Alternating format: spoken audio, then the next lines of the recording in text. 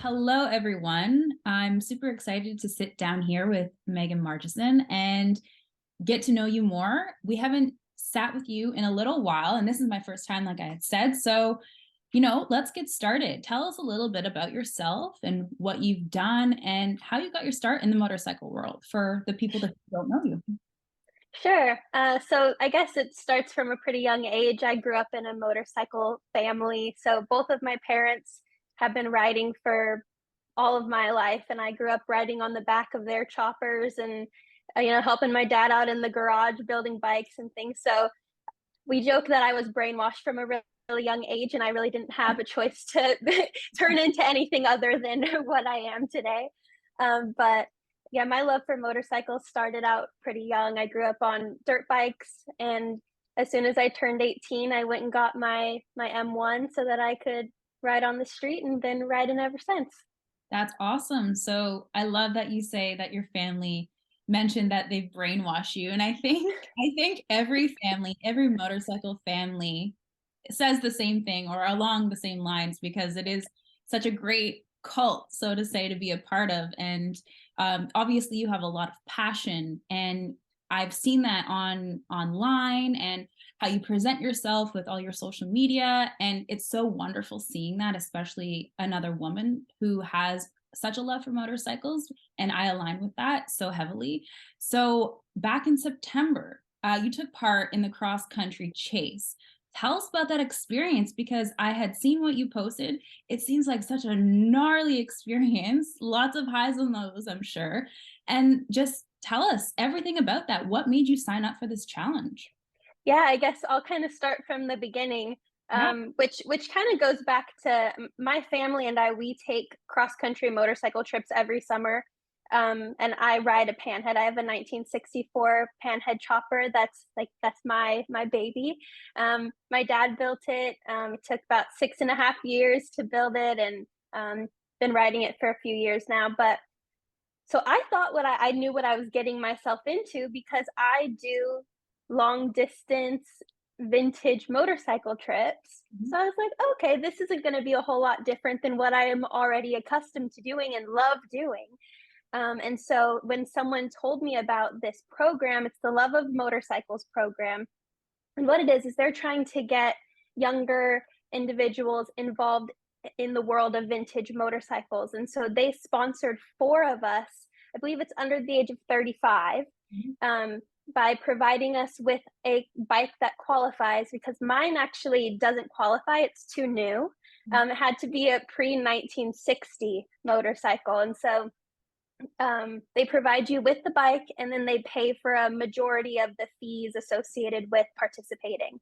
And so as soon as I was told about this opportunity, that day I sat down and filled out the application. And then to my surprise, a couple months later, I got the call that the judges selected me to be one of the lucky four, and that I would be riding a 1948 Panhead, which it's a panhead, but it could not be more different than what I'm accustomed to riding. It has a foot clutch, tank shift. So where the your left hand normally has a clutch was actually the front brake. Hmm.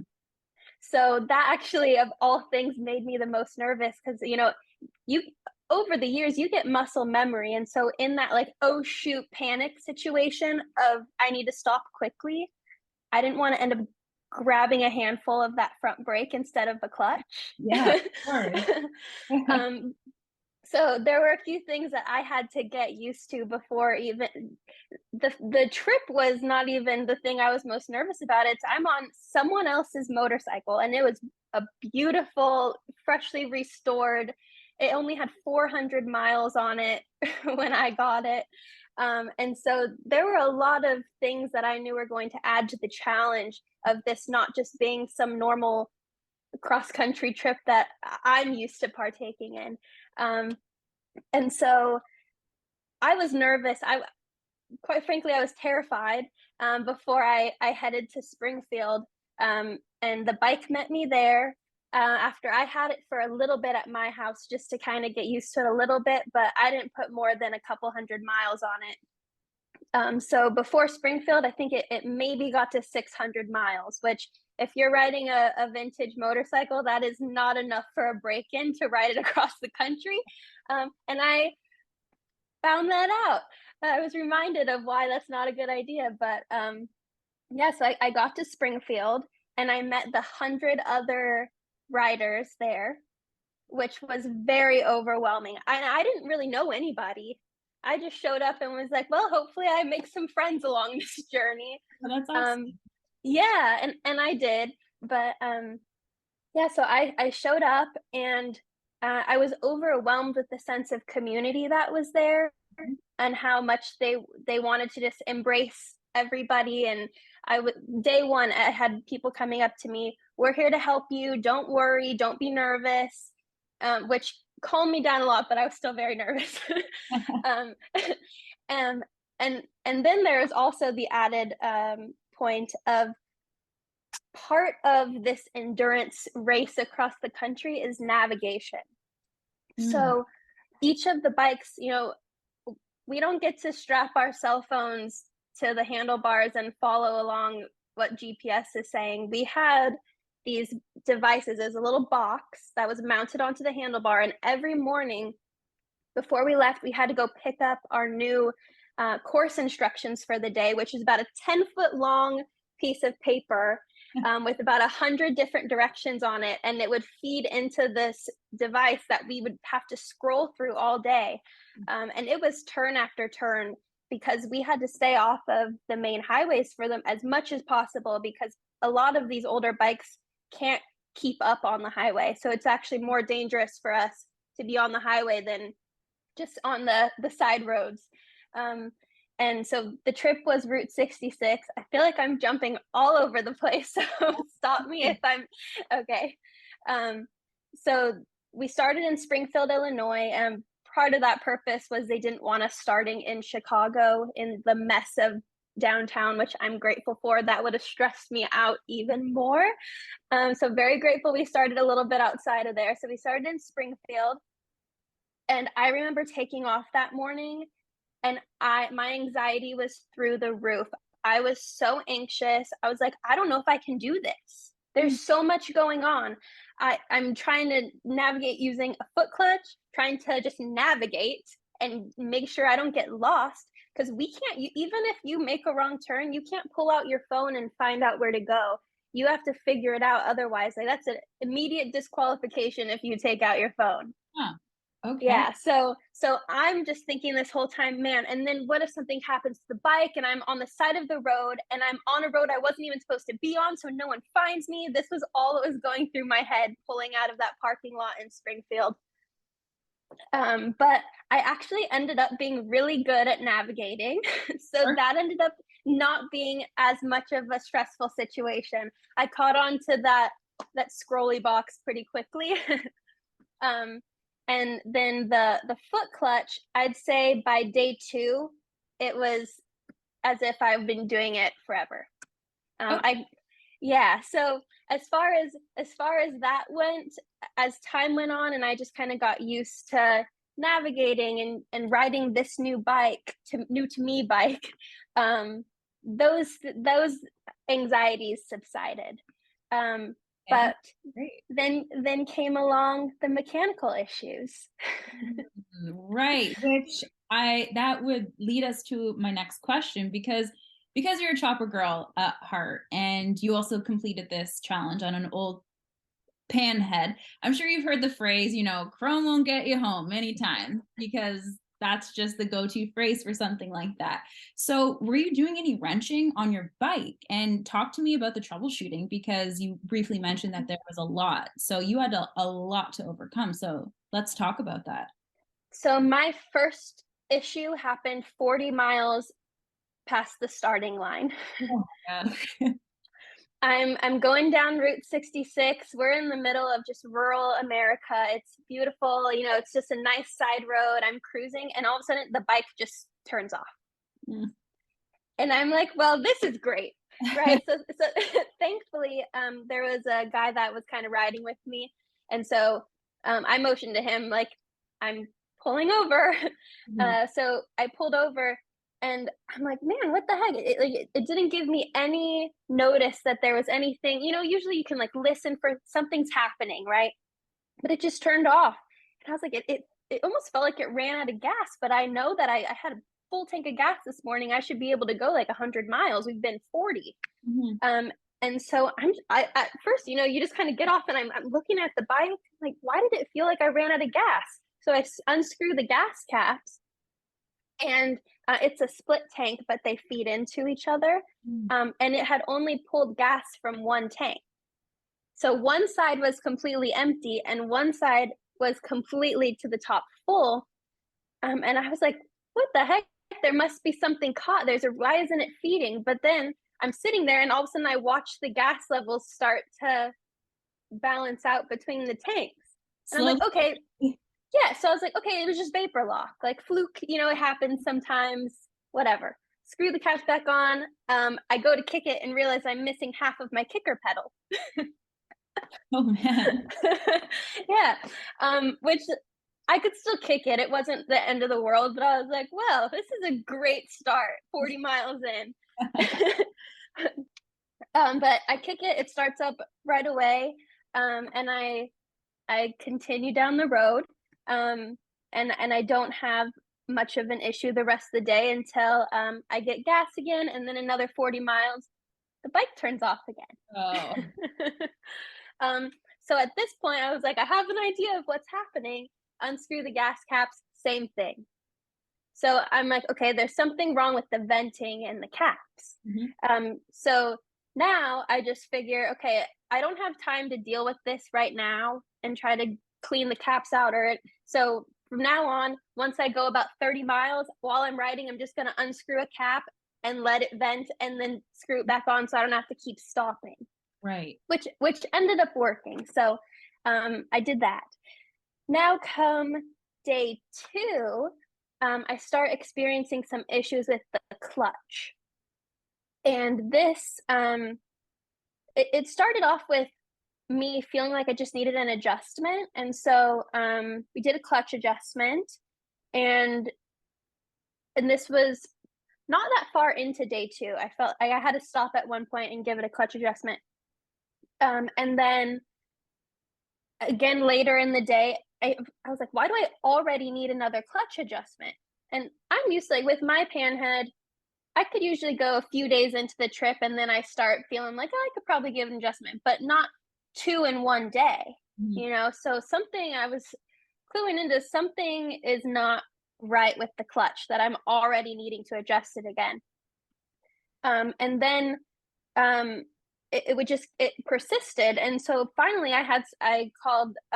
So there were staff members that basically tailed everybody on bikes. We had 2 chase trucks, and then we had a few staff members that their job is basically, if they see you on the side of the road, they pull over and see if there's anything they can do to help you.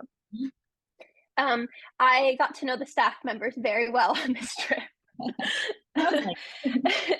And they were amazing. I'm very grateful for them, and everyone else on the chase that helped me. But after they had caught up to me a couple times now and had to help me adjust my clutch, they also, kind of clued in on, you shouldn't, what is going on that you need to keep adjusting your clutch? But that night on day 2, we thought that we had figured it out, and that it was more of like the linkage. Mm. And so I was like, okay, great, good to go for the next day. No. Nope. And so the next day it was a similar thing of the clutch wasn't working, and then the shifter, because remember I have a tank shift, the actual shifter arm was getting caught in the gate Oh. that like says like neutral, first gear, second gear, all that. It was getting stuck in the gate, and then I would like lose gears. I couldn't, the gear wouldn't go far enough to actually go into 4th gear. It was a big mess. So at one point I had already gotten help from the staff members in the chase truck a few times, and the shifter was just completely stuck. Like we couldn't dislodge it.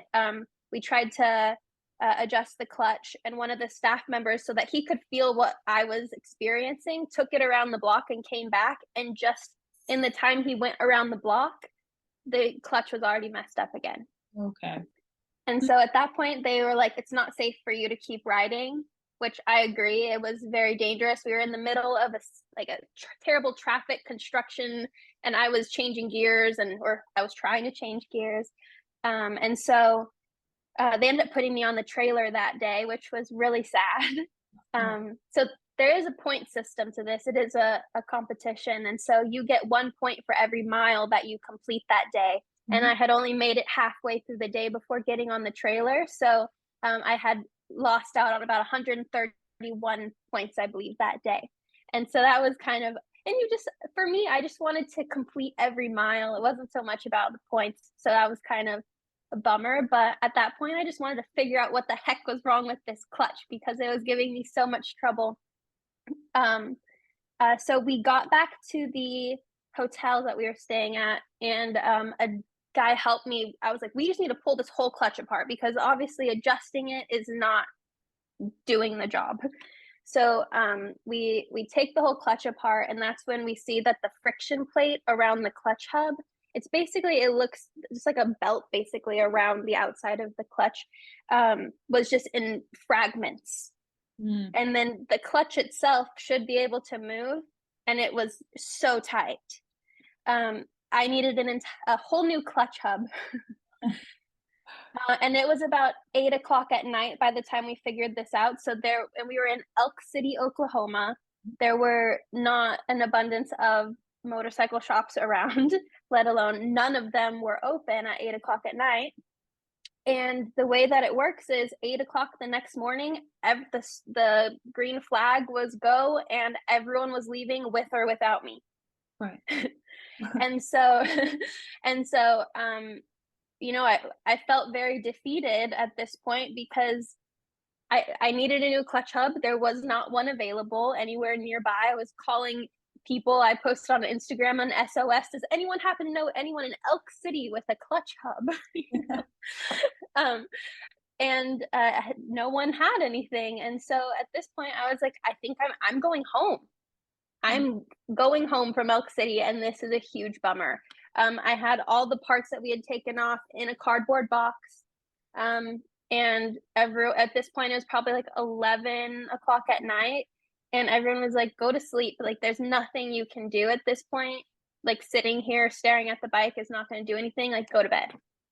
So I reluctantly go to bed, and I wake up the next morning at like 4:30, 5 o'clock in the morning, and I have a text on my phone, and it says, the bike is ready for you. You're good to go.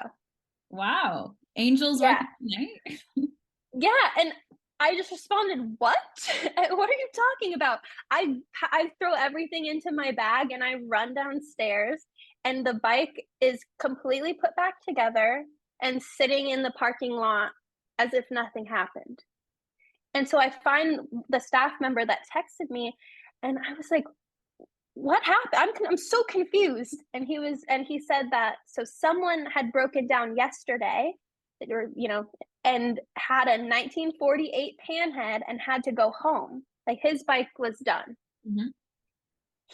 Someone else walked from their hotel, because they heard what was going on, pulled the clutch hub off of that broken down Panhead and installed it onto my Panhead while I was sleeping. Wow. And then walked back to their hotel, and I was good to go. So it was not only the person who gave me the clutch hub off of his bike, but then also the other chaser who came over and stayed up half the night installing it, all while I was peacefully asleep.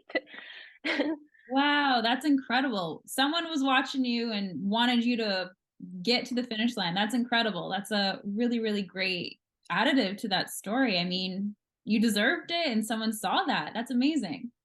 And I think that's a big part of the cross country chase, is everyone wants everyone to finish. Right. Yeah, I love And that. everyone's willing to do whatever they can do to help you cross that finish line. And there were times I felt bad. I'd someone would be pulled over on the side of the road, and I'd pull up and say, like, "Can is there anything I can do to help?" Which I knew, especially most of these people are are wizards of at these vintage motorcycles. So I knew if they weren't able to fix it, chances are I wouldn't be a whole lot of help.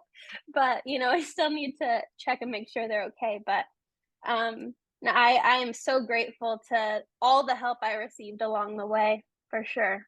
Well, it sounds like it was a really great community and a great experience.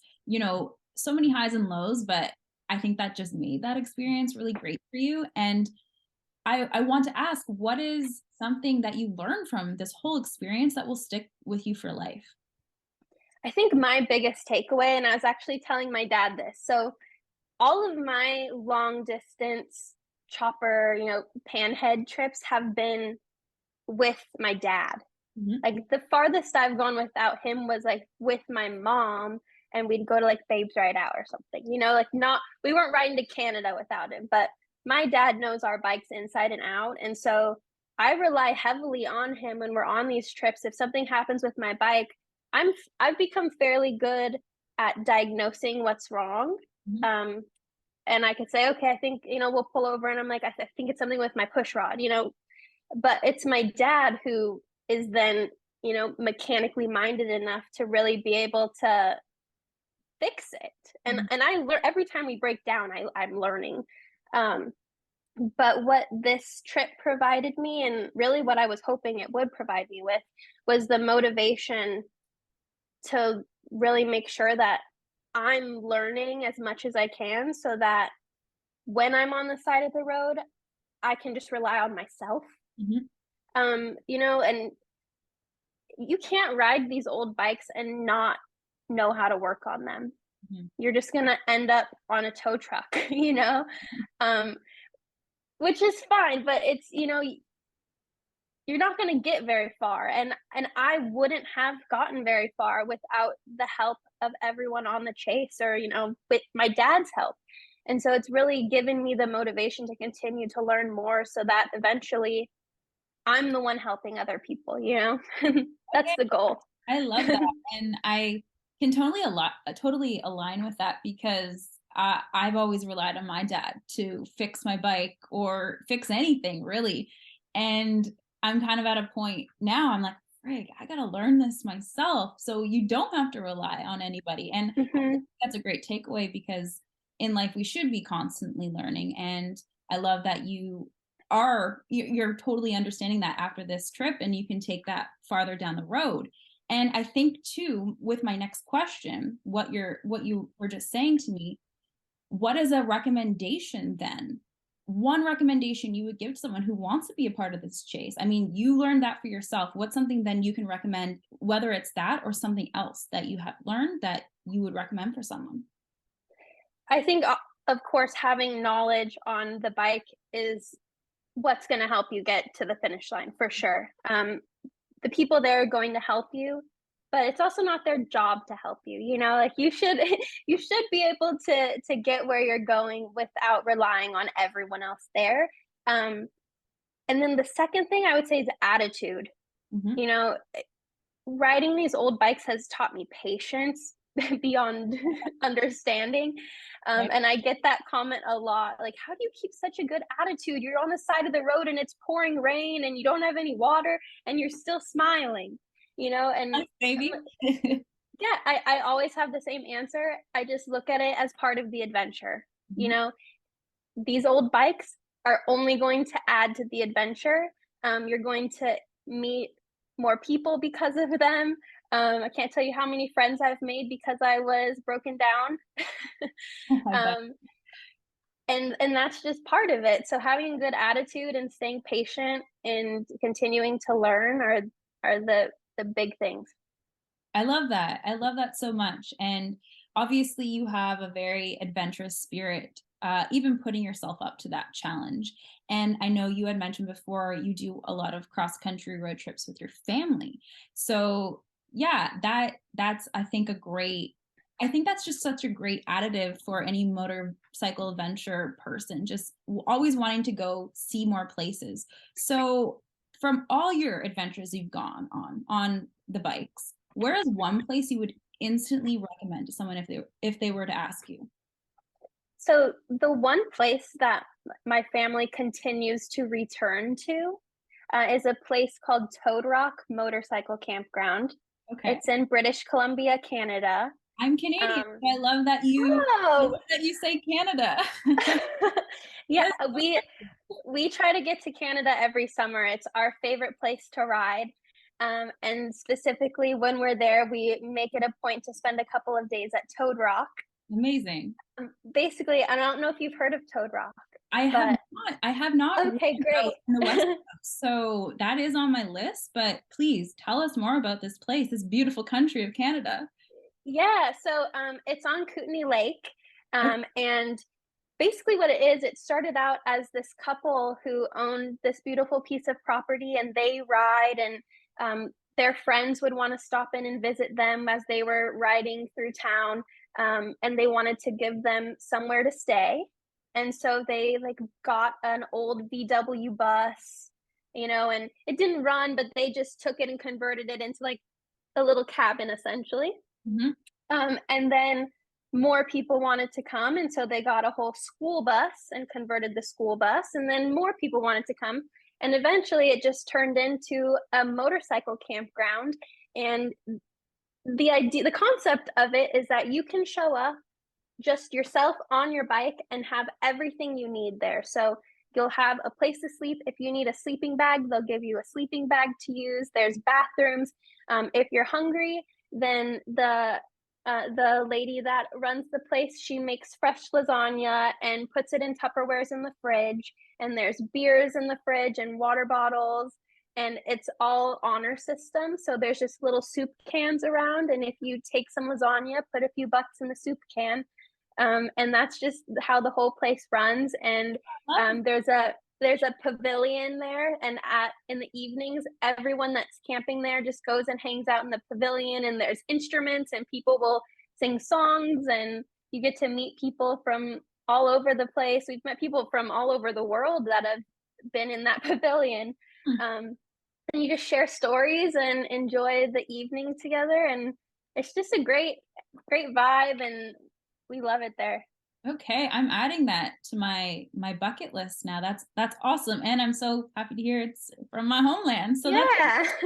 that's so great. We're big fans of Canada. Yeah, I'm glad to hear that. Um, I think you said it's on Kootenay Lake, so I believe that's in the Mhm. Kootenays area, and I've heard amazing things about that area. Oh, it's beautiful. And my friend used to live in Kelowna, which I think the Kootenays is close to Kelowna. Yep. She was always ranting and raving, and we had never gone out, but now you've convinced me even more. So thank you for that recommendation. Yeah, of course. So, with that, do you have any moto adventures planned, or any exciting news you want to share with us? So something exciting for me is next month I'll be going to Japan for Moon Eyes, Ooh, which amazing. I'm really, really excited about. I've heard that Moon Eyes is just going to blow my mind. So I'm really excited to not only experience the show, but it'll be my first time in Asia and my dad's first time out of North America. Oh, that's hitting two great things. That's awesome. Yep. Yep. I just saw my mom just texted me. I got the notification. My dad's passport just arrived. Yeah. So that reminded me. But thankfully, yeah, he didn't even own a passport. So, Okay, so that's exciting. And yeah. anything else planned in Japan, or will you just be attending that event? So we're going to be there for about a week. My brother's been there a number of times, and so I'm just kind of following him. He had already planned on attending, and then I kind of made the comment that I would love to go, and he's like, "Why don't you just come with me?" And so I'm just following. So I really don't know what's going on. Mhm. Just along for the ride. Amazing. Well, I've been to Japan, and it's a it's a culture shock in so many ways, and it's so incredible. It's so amazing. It's such a clean place. The culture is amazing. So I know you'll have a great time, especially I'm because so you're excited. an adventurer at heart. I'm sure you will love it. So to tie on to my question, my original question asking where your next adventure is. So you have done a lot of adventuring with your family. you love to see the world.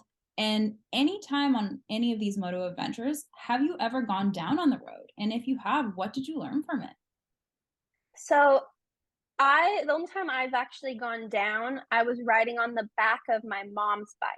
I Okay. was probably 17 or 18. And we were actually just on our way to a local motorcycle swap meet one morning. Um, and it was kind of a fluke thing. My dad was in front of us, and she thought we were at a stoplight turning right. And Mhm. so we were waiting for oncoming traffic to subside before we went. And she thought that he was going. And so she kind of was keeping an eye on traffic coming this way and started moving forward and realized he wasn't going. So she had to kind of just like dodge him last minute, and we went down. We were going maybe 5 to 10 miles an hour. It was, we weren't like on the highway or anything. But we got banged up, I and bet. we were going 5 or 10 miles an hour and went down. And so from that day, that's when I was like, we were barely moving and I got hurt. So that was a really good reminder. Mhm. If you notice any pictures, videos you ever see of me, it doesn't matter if it's 120 degrees outside, I am in my full gear. Mhm. Like, I have my leather jacket. Everyone thinks I'm crazy, but I would rather be a little extra toasty, and be safe. Um, yeah, I that's think that's great that's advice. my yes. Glad And you to each their own. I truly, if people don't want to wear helmets or want to, wear shorts, do your thing. But personally, I like to feel safe. Calms my nerves a little bit. That's smart, and I don't think anyone will judge you on that because that's just intelligence really working for you. I hope so, but and they say it's not if, it's when. So you just got to be as prepared as you can, and hope that your reaction and your muscle memory is going to do the right thing when the time comes. Yep, that's good. Good advice, and I think more people should take it. So to end off this great conversation we've been having, what are some goals and ambitions you have for yourself, and how are you going about achieving them right now? I guess, like, on a personal, professional note, I started my own marketing company about a year and a half ago. Congrats. And so, thank you. And so, just continuing to grow and learn and be successful in that realm, that'll provide me with more opportunity to do fun things. So, That's it's given me the flexibility. I pack my laptop into my motorcycle, sissy bar bag, and I can go on all these adventures and work on the road, and that's priceless for me. So that's when people always ask how I'm always doing fun things. It's because I do all the fun things during the day. I ride all day, and then I stay up half the night because I still need to get all my work done. But it's worth it. That's awesome. Well, it sounds like you are doing great things in the motorcycle community and you have a lot of great goals and ambitions and you're seeing the world. I think you're doing it right for yourself and it's been such a pleasure speaking with you and thank you so Thank you. You too. much. Of course, of course. And I wish you the best with your upcoming trip to Japan. It's going to be an amazing time. It's a gnarly country. And I mean that in a good sense too. Yeah. And yeah, so thank you so much for chatting with us today, Megan. Thanks for having me on. Of course, anytime. So take care now.